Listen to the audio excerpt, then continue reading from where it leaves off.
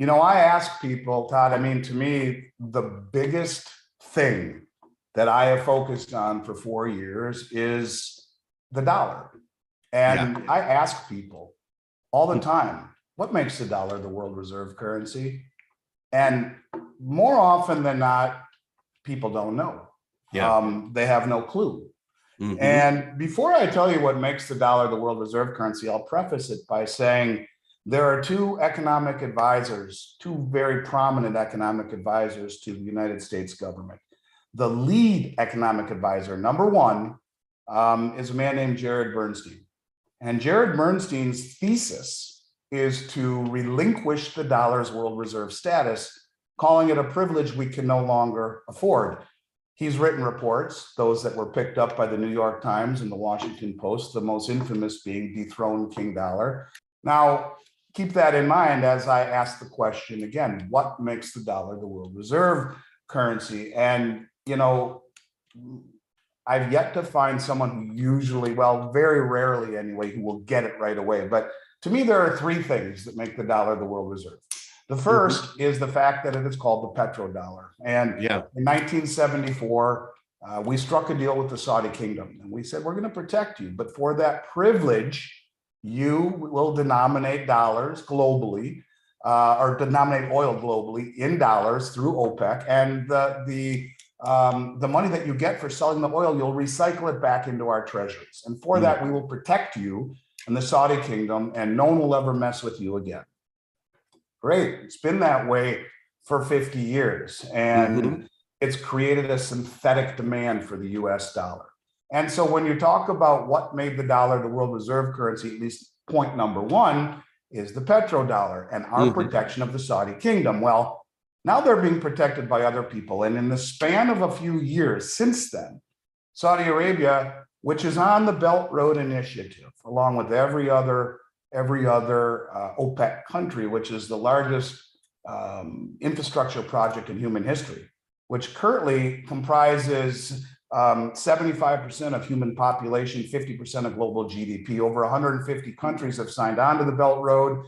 It is linking Asia, Africa, South America, parts of Europe through roads and maritime channels and bridges and railways. The roads and the bridges and the maritime channels and the railways will only be patrolled by military and commerce. So you put the BRICS nations, or excuse me, the Belt Road nation, you have all of the OPEC countries, including Saudi Arabia. Saudi Arabia has also been formally admitted into the BRICS, Brazil, Russia, India, China, South Africa. Saudi Arabia has applied to the Shanghai Cooperation Organization, the largest regional financial and military organization on the planet. Saudi Arabia has applied and joined the BRICS New Development Bank and has told folks in Davos that they are open to taking other currencies for oil. We talk about $155 trillion in debt with $5 trillion in assets, where our manufacturing base has been sent offshore. There is only one way to pay for this ever increasing debt, and it is either by default or inflation.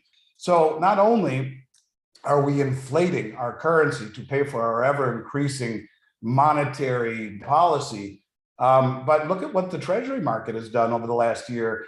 All of the bonds that they have been recycling their dollars into have been decimated. So we are raising rates, decimating the bond market. We are inflating away our debt, and we have chosen to go green. Now, if you look at the countries that are in the BRICS, the Belt Road, the Shanghai Cooperation Organization, and the Eurasian Economic Union, they're all the same countries. It comprises 80% of human population, and they are not going green. Well, let's look at the credit part. We already said 155 trillion in debt by their own admission. 5 trillion in assets by their own admission. The largest asset, over 40%, 1.6 trillion being student debt. We are insolvent, we are broke, and we are a banana republic by traditional measurements. We are 125% debt to GDP ratio. What is the only other tier one asset in the world? What it's bad for is traditional assets, stocks, bonds, real estate. If everyone dumps dollars and stocks, bonds, and real estate, which have been elevated to stratospheric levels because of easy money and low interest rates, and this happens, there's your Klaus Schwab moment where everything resets. In fact, 300 years ago, Thomas Jefferson said, if we allow a central bank to own the money supply, to control the money supply, first by inflation, then by deflation, we will end up renting back the land that our forefathers conquered. Well, that's just like what Klaus Schwab said, because we've had the inflation that we've had over the last 4 years, blew up asset prices. Here comes the deflation, where you see interest rates jack up and the economy grind to a halt and people get laid off. And well, a 4% mortgage on a $500,000 home sounds great until you lose your job. And then all of a sudden, by deflation, default, we end up renting. It sounds just like what Klaus Schwab said. You know, when we talk about commodities, Todd, energy is certainly one of the most important commodities in the world, because every single activity that we do, from heating your home to manufacturing, to mining, to farming, surfing the internet, driving your car, I don't care what it is, they all require some form of energy. And when we talk about inflation, that means that cheap energy is critical to keeping inflation in check. And since energy is the major factor in nearly everything we do, higher energy prices will mean higher inflation. And if energy remains expensive, that means higher inflation is here to stay. And when you look at what's going on with energy, on top of the fact that the BRICS nations just admitted, the United Arab Emirates,